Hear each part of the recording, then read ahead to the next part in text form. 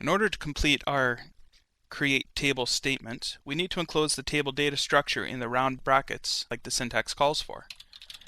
Create table customer info round bracket. Now each of our data definitions must also be separated by a comma.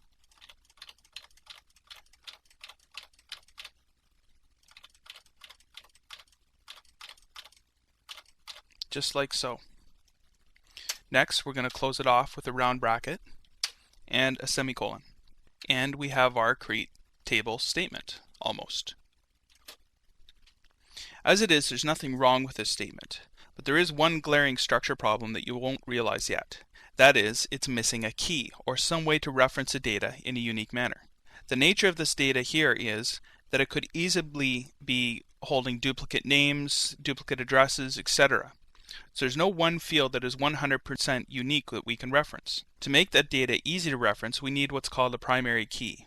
Primary key is a column that is unique to each row. That column is what we reference when we recover the information from the database.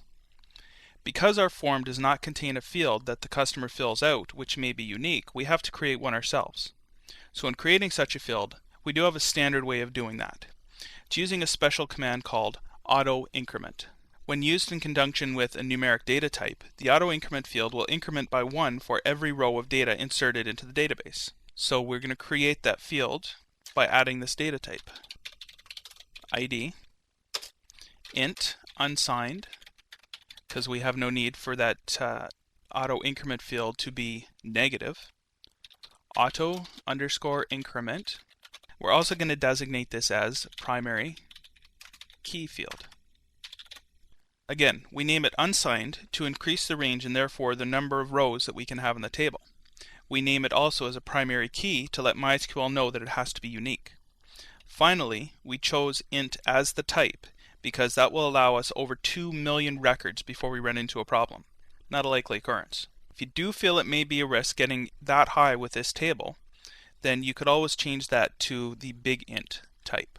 Finally, it's always good to know when the record was created or modified.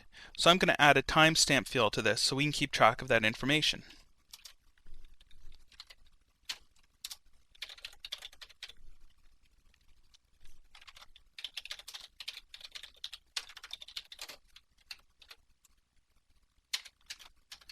Make sure we have all of our syntax correct here. And now we have a create table statement. So we're just going to copy this, move to our window, make sure that you have your database selected. It's going to use rwphp and paste our create statement, and there we go. Now we have our table. Take a look at it. We're going to type in the command describe customer info, and there we have our table with all of our definitions. We have our customer ID, unsigned, primary key, auto incrementing, first name shipping, 50 characters, address 100, and so on.